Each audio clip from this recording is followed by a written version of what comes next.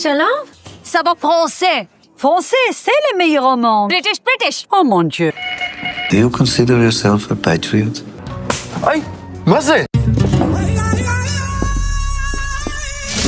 I wonder if you could be so kind to help and direct me to the Arab Culture Center. There is no Arab center here. Not culture, not Israeli culture, not Arab, not culture at all. Special for you to remember Israel.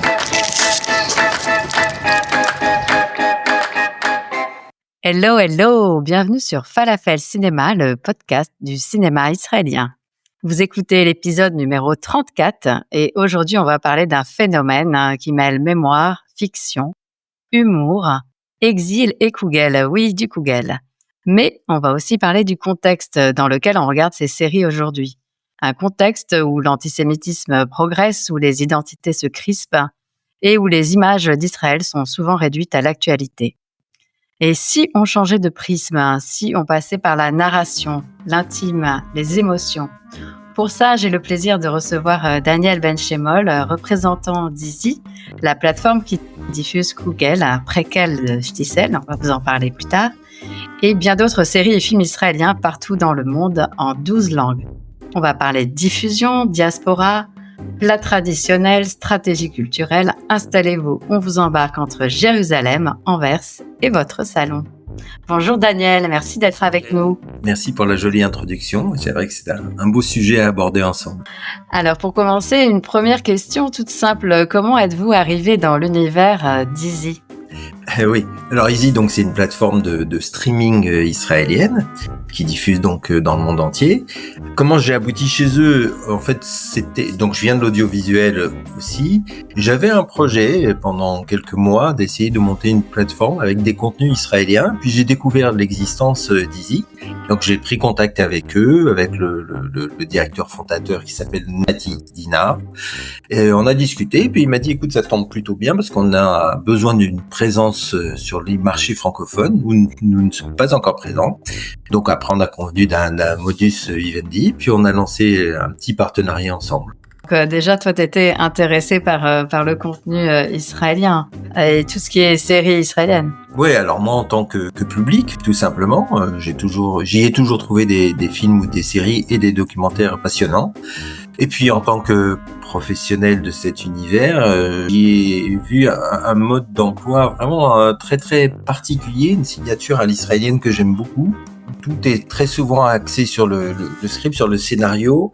C'est souvent le cas avec les Israéliens, leur faiblesse et leur force. Donc, parce qu'ils ont des petits budgets, ils ont une créativité débordante. Et donc, ça se ressent quand on observe, on visionne leur production. C'est vrai, d'ailleurs, chaque année, je vais au Festival du cinéma israélien de Paris et à chaque fois, je découvre des pépites. Et justement, est-ce que tu penses qu'en ce moment, les gens cherchent à se reconnecter avec Israël autrement, avec des récits qui leur font du bien, vu le contexte actuel? Là, c'est un syndrome vraiment flagrant. Il y a un besoin de se retrouver, de se regrouper, et puis aussi, effectivement, de reprendre un peu d'oxygène. Et puis, Easy, comme d'autres productions israéliennes et d'autres programmes, est un moyen de découvrir la société israélienne de près, différemment, de mieux la comprendre, que ça soit par le biais des séries, des films ou des documentaires. C'est une approche qui permet, entre guillemets, de voyager en Israël de manière assez concrète, finalement, et de percevoir les différentes facettes de la société. Alors, parfois, c'est sur le ton humoristique, parfois, c'est sur un ton plus dramatique, selon les programmes. Mais en tout cas, je vois et je constate que c'est finalement peut-être aussi un vrai outil d'intégration, quel que soit le niveau d'intégration que le public cherche avec Israël. Et comment tu définirais Easy aujourd'hui? C'est une plateforme plutôt de niche, un pont culturel? C'est une alternative à Netflix? Alors, ils aimeraient bien être une alternative à Netflix et ils sont au niveau de l'échelle beaucoup plus modeste et il faut être quand même honnête là-dessus. En revanche, ils ont, alors, leur politique, vraiment leur volonté, sans faire de la démagogie, c'est d'aider à promouvoir les contenu israélien dans le monde entier. Netflix est diffusé dans le monde entier, sauf en Israël. C'est une de ses particularités. Alors, si c'est pas diffusé en Israël, c'est pas une histoire de volonté, c'est une histoire de droit audiovisuel. Ils ont beaucoup de programmes qui sont diffusés par Yes, qui est un énorme producteur et diffuseur en Israël.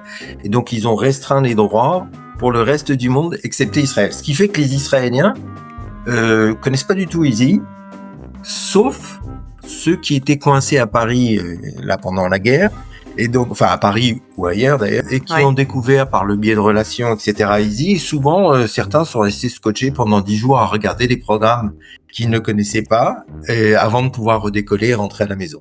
Cette identité donc culturelle, on va parler un petit peu des programmes, on va parler de Google.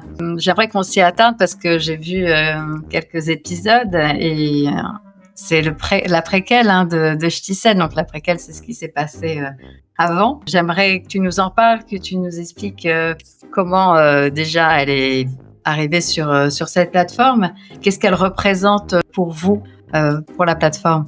Alors pour Easy, Google, l'acquisition des droits de diffusion, puisque c'est le terme, est un événement majeur, parce que c'est considéré comme une grosse production. Donc effectivement, ils ont acquis les droits de Google de diffusion, et en plus en exclusivité. Ce qui veut dire que c'est la plateforme sur laquelle on peut voir cette série. Ce qui est quand même important, hein, c'est pas rien. Alors dans l'univers, c'est énorme, plateforme, il y a des géants, il y a les poids lourds, il y a les Amazon, il y a les Netflix and Co, qui payent des millions de dollars pour avoir des programmes de qualité. Là, dans le cas de Easy, la démarche a été très compliquée, mais c'est successful, comme on dit, puisqu'ils ont acquis des droits. Alors, non seulement de Google, mais ils ont récupéré aussi les droits de Shtisel, donc la série historique. Magnifique. Les 3 saisons, donc ce qui fait que le public peut voir l'intégralité de l'histoire s'il le souhaite. Pour ceux qui n'ont pas encore vu Shtisel, par exemple, c'est l'occasion ou jamais, il y a les 3 saisons complètes. Et puis après, effectivement, on a l'histoire de Google, qui est, comme vous le disiez, comme tu le disais, le préquel, donc la partie avant, qui explique la partie d'après, qui se déroule à Anvers, intégralement à Anvers. Et pour ceux qui ont vu Shtisel, dans Google, donc on va suivre les aventures de Nuchem Shtisel, porté par l'acteur Sasson Gabay, qui dans ce rôle est vraiment exceptionnel. Et c'est au fil de 8 épisodes, on va découvrir des raisons qui l'ont poussé à quitter Anvers et à rejoindre son frère à Jérusalem, donc dans Shtisel.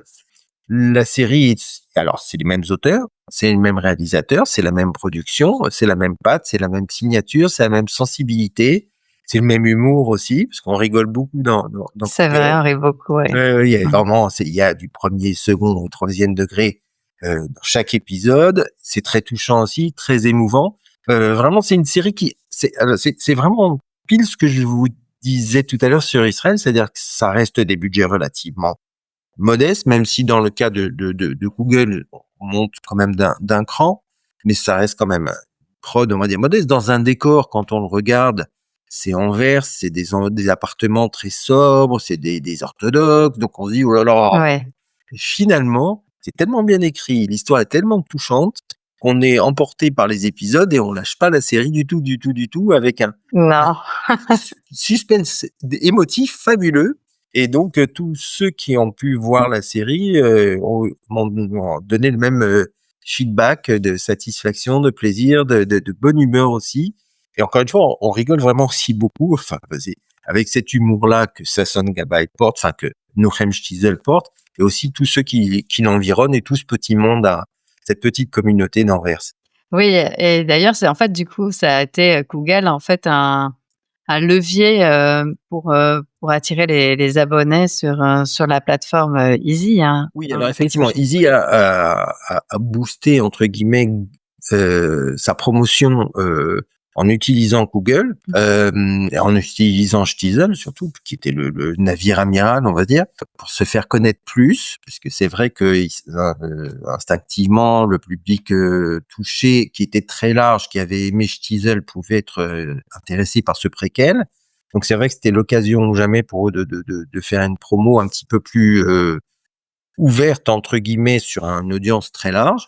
C'est ce qu'ils ont fait. Alors ils l'ont fait dans le monde entier. Historiquement, Easy est très présent aux États-Unis, au Canada et énormément d'Amérique du Sud, principalement en Argentine et au Brésil, mais pas que. Moins en Europe, enfin moins dans les pays francophones. C'est pas en Europe, en l'occurrence dans les pays francophones, donc France, Suisse, Belgique, Monaco, comme j'aime toujours le dire. et puis aussi au Québec. Donc l'effort a été aussi porté vers les marchés francophones parce qu'il savait, il a raison, que Shtisel avait connu un très bon succès Gros sur Netflix. Alors justement, nous allons écouter un extrait de la musique de la série Google, composée par Assa Raviv et Tom Mera Harmony.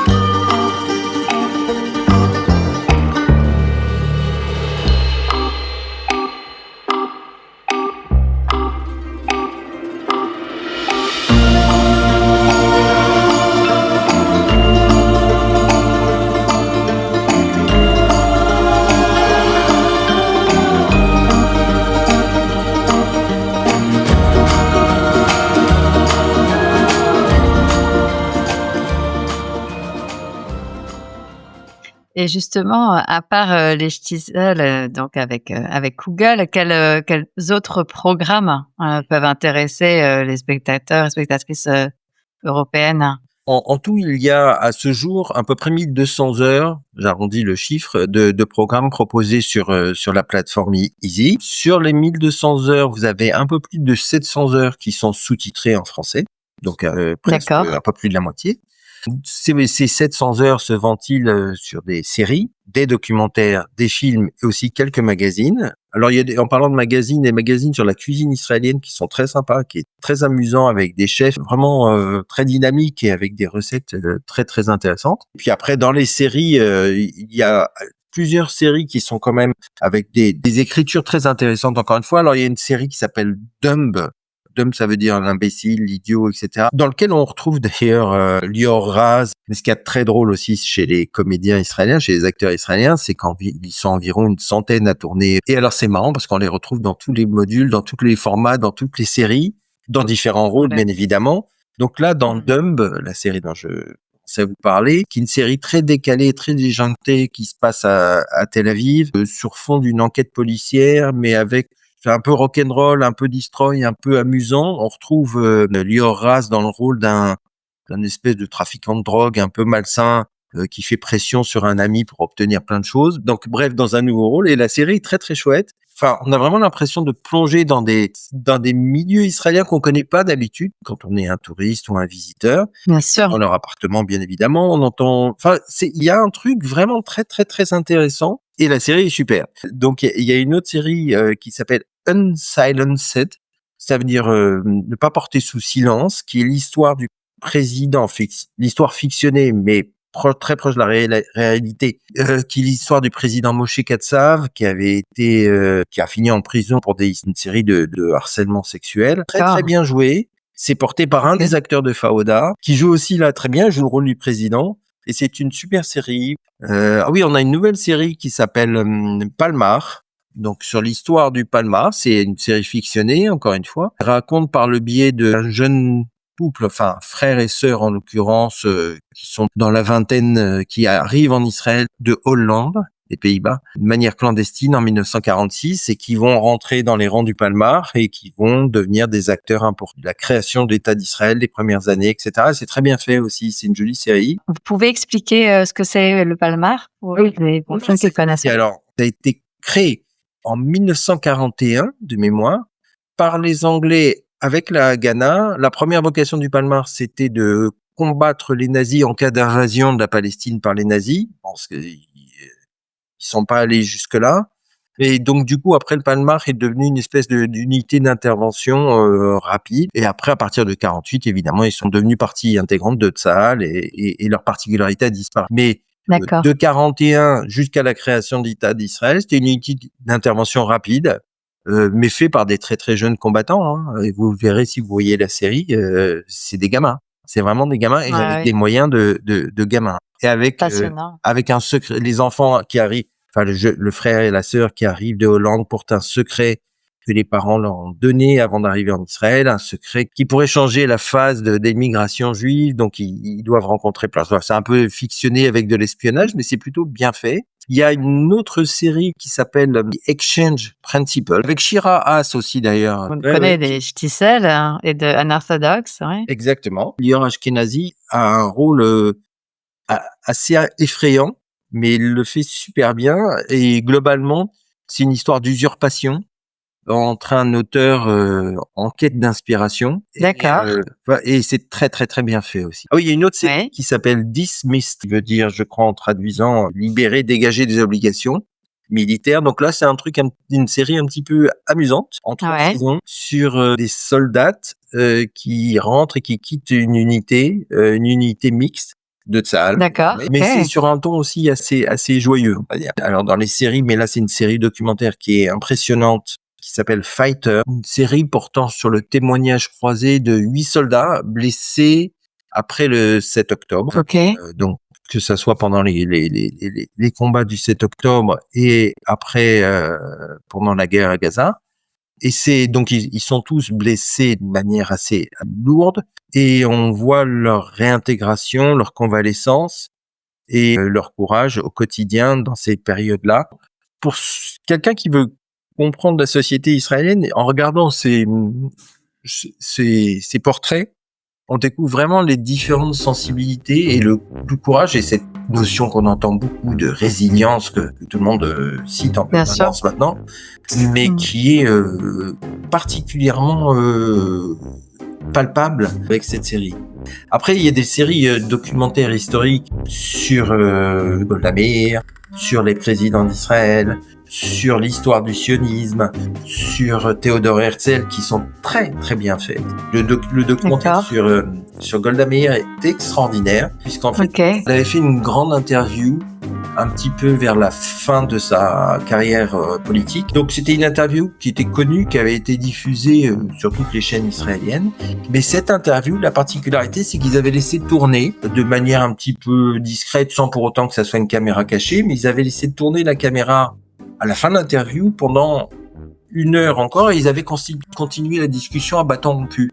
Et c'est cette 2e heure qu'on retrouve dans le documentaire et qui est extraordinaire. Vraiment extraordinaire. Alors, et on découvre Golda encore une fois sur un aspect plus personnel, on va dire, mais aussi plus politique et sans filet, sans trop de retenue, puisque elle savait que ça tournait, mais elle pensait que ça allait pas être utilisé. Donc voilà. Il y a aussi, alors, enfin, en revenant sur le 7 octobre, il y a une série de documentaires.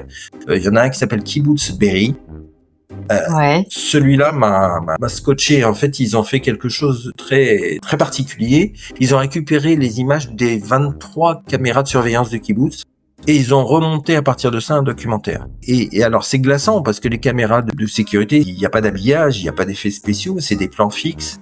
Il y en a 23 et donc le commentaire nous fait passer d'un plan à l'autre, avec des voix aussi, des extraits de voix des acteurs, entre guillemets, qui ont vécu la catastrophe, qui s'appellent autopsiés, etc., etc. Et on vit ça pendant 1 heure, enfin, pendant la durée du documentaire, c'est 54 minutes, et c'est captivant, et puis aussi, ça nous entraîne dans l'horreur, dans l'horreur. Après, il y a une série, toujours en parlant du 7 octobre, il y a une série qui s'appelle Picture This, imagine ça, qui est portée par un journaliste qui est très connu en Israël, qui s'appelle Ben Shani. Donc là aussi, c'est des rencontres avec les témoins du 7 octobre. Et ces rencontres, d'abord, ils ont un style d'interview, les journalistes israéliens, qui est très cash et qui est très pudique en même temps. C'est très particulier, c'est pas du tout à l'américaine et encore moins à la française, vraiment. Et ça amène des informations et des réactions très, très, très, très intéressantes et très touchantes, évidemment. Enfin, au-delà de touchant, quoi, c'est même bouleversant. Après, il y a une série aussi documentaire israélienne qui est connue, c'est une émission qui est connue qui s'appelle Ouvda. les faits, facts, en français ou en anglais. Là aussi, c'est Ilana Dayan, la journaliste, qui est aussi signature connue en Israël, qui rencontre là aussi toute une série de témoins du 7 octobre. Il y a un documentaire unitaire. Après, on reviendra sur des choses plus souriantes, entre guillemets. Il y a un documentaire unitaire Non, mais qui s'appelle From the River to the Sea, qui démystifie justement tous ces argumentaires avec des témoins, des historiens, etc. Et c'est d'une qualité exceptionnelle. Vraiment, au niveau historique, au niveau narratif, au niveau construction, au niveau réalisation, c'est un super docu que je vous invite à voir. En choses, on revient à des choses plus légères en série. Il y a une série qui s'appelle Katmandou, avec Gal Gadot, la fameuse. waouh, ok. Alors, ça, c'est assez amusant, hein, Katmandou. C'est l'histoire d'un couple Lubavitch qui, un petit peu pour des raisons de catastrophe dans l'organisation, sont envoyés d'urgence à Katmandou pour ouvrir le Chabad, quoi, la maison des Lubavitch sur place. C'est un jeune couple de Lubavitch, ils ont une vingtaine d'années. Et donc à Katmandou, la population israélienne, les juifs qui se trouvent là-bas, n'est pas très Lubavitch. Mais le truc aussi très touchant, c'est que ça devient un lieu de rendez-vous et on découvre toute une galerie de personnages un petit peu, ou des losers, ou des paumés, ou des aventuriers, qui viennent se fédérer autour de cet endroit. Et donc c'est mignon, c'est très touchant. Gal Gadot, elle tient un des rôles principaux, pas le rôle principal, mais un des rôles principaux. Gal Gadot est l'actrice qui joue dans Wonder Woman pour les personnes qui ne l'ont pas vue dans d'autres films israéliens. Voilà. Exact. Alors, une autre série qui est très chouette, qui est un décliné d'un film, ça s'appelle The Woman Balcony. Le film s'appelait The Woman Balcony et la série s'appelle du même nom.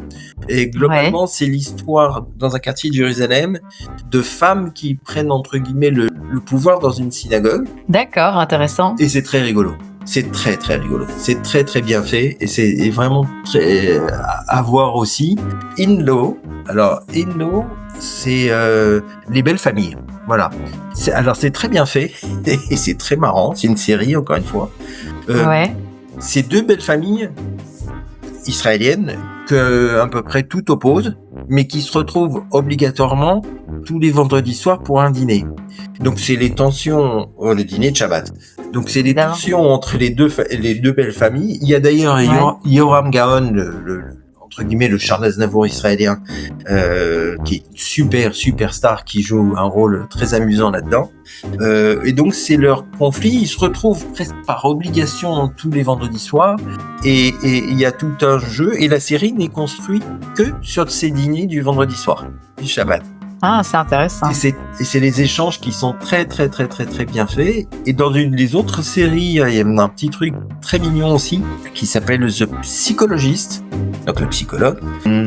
Alors c'est l'histoire d'une femme qui travaillait donc en Israël, à Tel Aviv, qui travaillait dans la finance, qui s'est fait renvoyer de son cabinet de finance, qui était un truc international. Ça s'appelle, je crois, Lehman Brothers, ou un truc comme ça, ou Goldberg Brothers, mais c'est une parodie des grands cabinets de finance internationaux. Et elle décide d'ouvrir un service de consultation de psychologue en ligne avec un package en 3 minutes.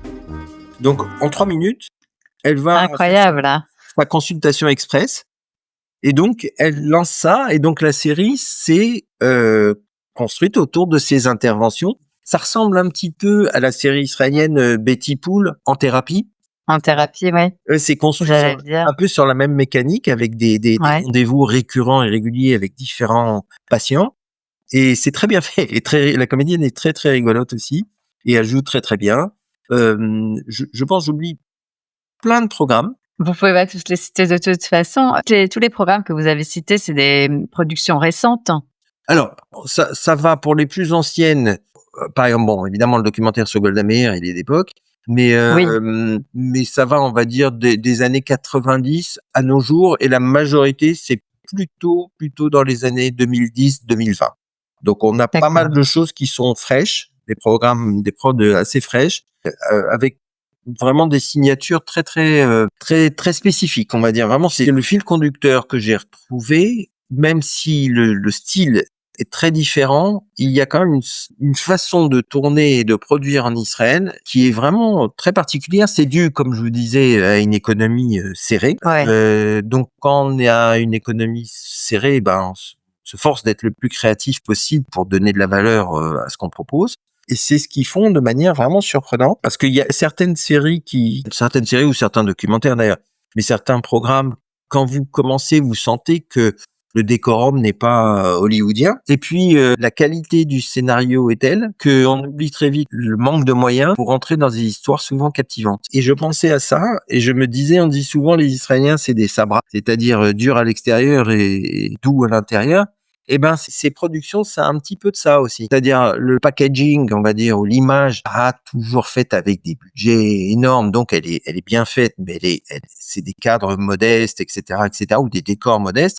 En revanche, le cœur des programmes, donc en l'occurrence le scénario, là, on touche des choses qui sont très très jolies. Donc je faisais dans ma tête une fois ou deux ce parallèle-là. C'est vrai que la narration est très forte et c'est pour ça qu'elles sont adaptées partout dans le monde en fait. C'est parce que les histoires, c'est ce qui tient tout. Spielberg, il le dit, je préfère quelqu'un qui sait raconter une histoire plutôt que quelqu'un qui sait filmer. Jean Gabin aussi, qui disait un bon film, c'est une histoire. Je crois que c'est Jean Gabin. Et puis encore une fois, je sais que les Français sont très attachés effectivement à Israël, mais finalement, enfin pas tous, mais certains connaissent pas si bien que ça le pays. Et c'est une manière, sans parler de l'aspect touristique, mais c'est une manière de rentrer dans la société israélienne très intéressante et aussi d'entendre de l'hébreu et de le voir sous-titré. D'ailleurs, il y a des cours d'hébreu en ligne destinés plus cette fois-ci à des Américains, mais c'est des cours d'hébreu. Donc vous pouvez aussi apprendre l'hébreu, regarder un ou deux des épisodes. C'est bien fait, les leçons sont bien faites. Simplement, c'est destiné à un public anglo-saxon, mais peu importe, vous pouvez aussi l'utiliser pour vous mettre un peu dans l'ambiance. On parle anglais et hébreu. Les personnes qui veulent apprendre. Je parlais de la cuisine, Cooking Israel. Voilà, le chef s'appelle Omer Miller et lui aussi il est marrant parce que c'est drôle, cette mentale ou cette approche israélienne très cash, sans aucune fioriture. Et après, pour basculer sur des choses très émouvantes et très intimes.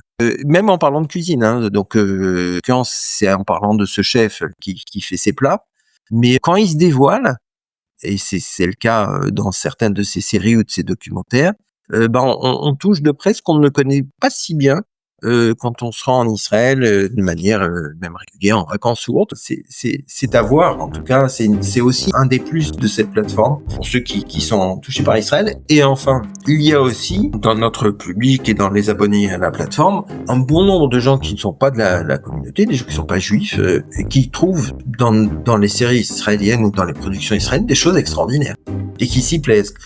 J'ai reçu pas mal de messages, pas des millions certes, mais quand même des messages très sincères et de gens qui voyaient une signature vraiment unique dans les programmes israéliens et que grâce à Easy, ils en avaient découvert un bon nombre qu'ils ne connaissaient pas et ça confortait leur idée et leur intérêt. Tout à fait. En fait, votre plateforme, elle permet aussi, alors c'est pas le mot approprié, mais une forme d'évangélisation des foules. Quand on connaît bien quelque chose, on réfléchit un petit peu avant de parler et c'est vrai que de voir des films et des séries, c'est le meilleur vecteur pour capter l'attention des gens et rendre curieux et leur faire découvrir un pays qu'ils connaissent que par l'actualité on est quotidienne. Un petit contrepoids, mais c'est non négligeable à la couverture médiatique ambiante, cata, il n'y a pas tellement d'autres termes, ou en tout cas qui est biaisé, on va dire.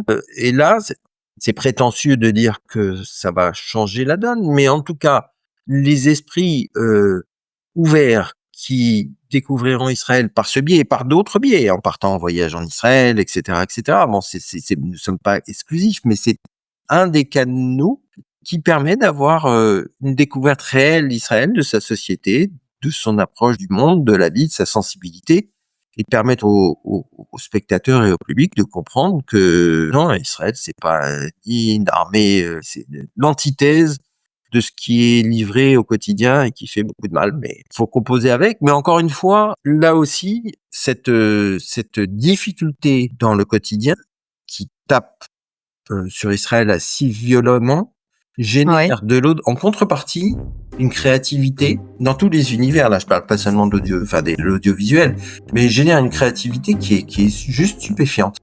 Donc, évidemment, dans l'absolu, Israël serait très heureux si tout allait bien et pouvait dormir tranquille, comme on dit.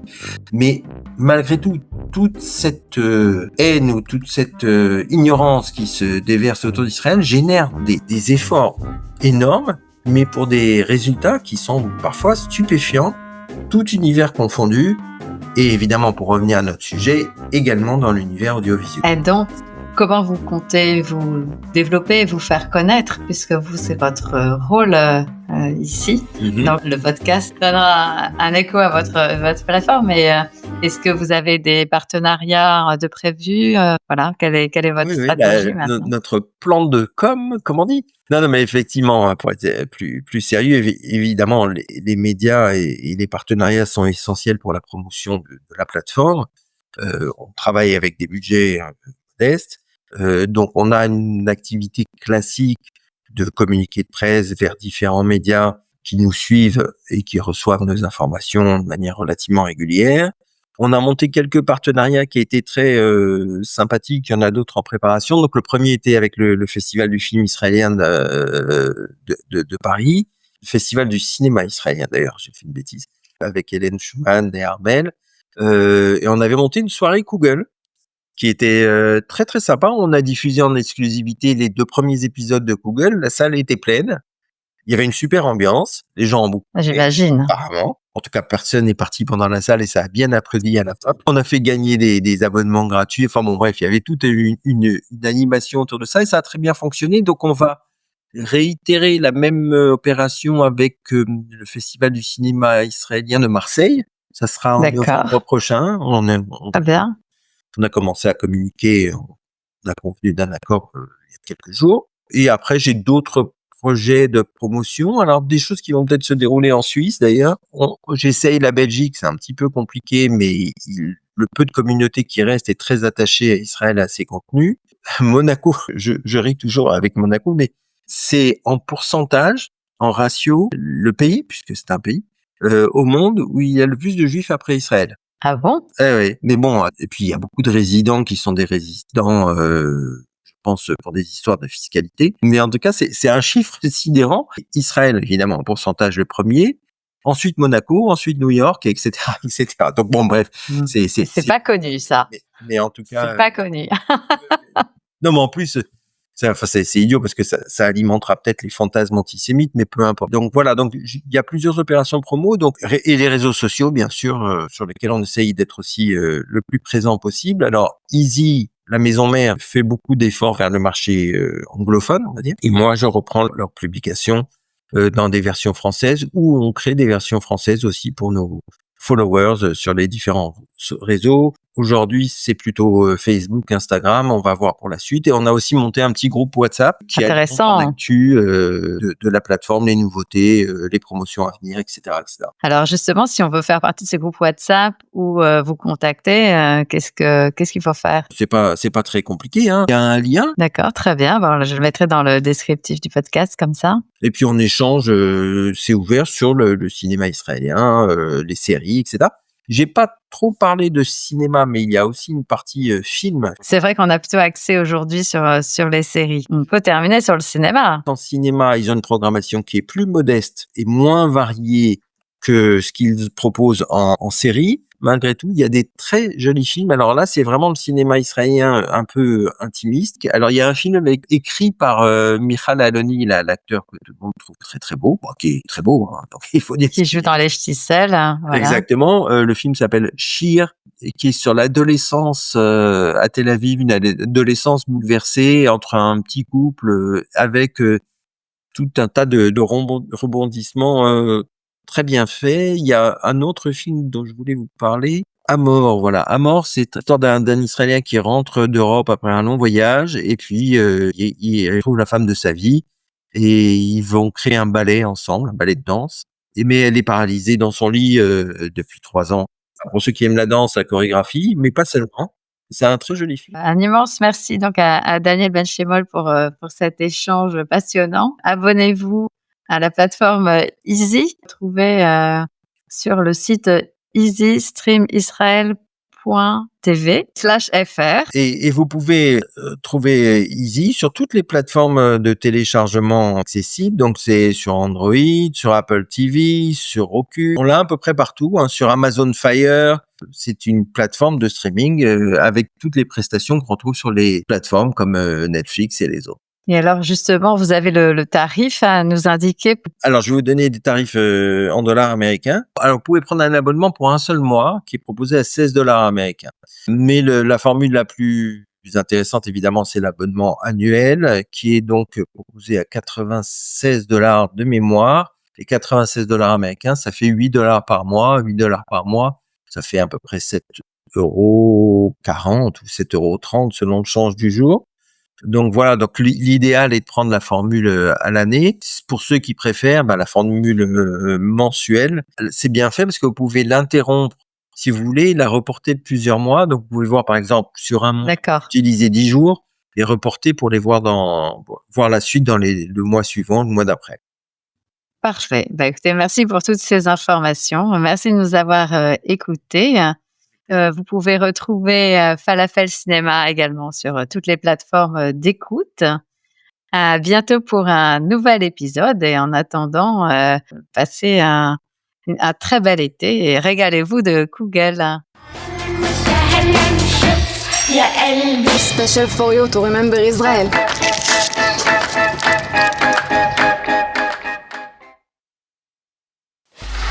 Free audio post-production by alphonic.com.